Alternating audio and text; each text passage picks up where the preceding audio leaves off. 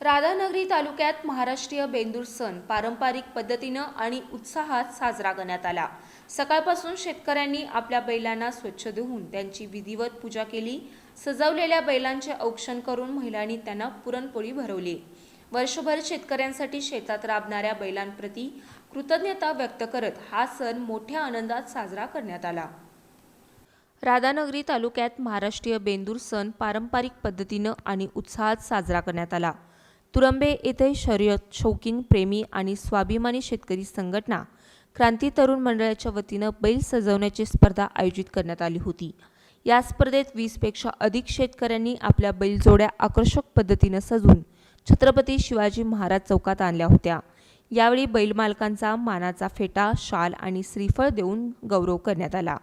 अनेक शेतकऱ्यांनी आपल्या छोट्या बैलांना विविध रंगांनी आणि आकर्षक सजावटीनं सजवलं होतं, तर मोठ्या बैलांच्या पाठीवर रंगीबेरंगी झुला टाकून शिंगांना रंग देऊन तसंच आकर्षक गोंडे बांधण्यात आले होते।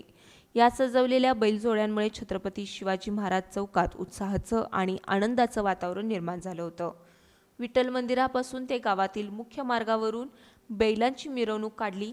पारंपरिक वाद्याच्या गजरात तरुण शेतकरी या मिरवणुकीत सामील झाले होते, तर तरुणांनी आनंद उत्सव साजरा केला। दरम्यान वर्षभर शेतकऱ्यांसाठी राबणाऱ्या बैलांचा हा हक्काचा दिवस मोठ्या उत्साहात साजरा करण्यात आला। यावेळी महिलांनी सजवलेल्या बैलांचं औक्षण करून त्यांना पुरणपोळी भरवली। वर्षभर शेतकऱ्यांसाठी शेतात राबणाऱ्या बैलांप्रती कृतज्ञता व्यक्त करत हा सण मोठ्या आनंदात साजरा करण्यात आला।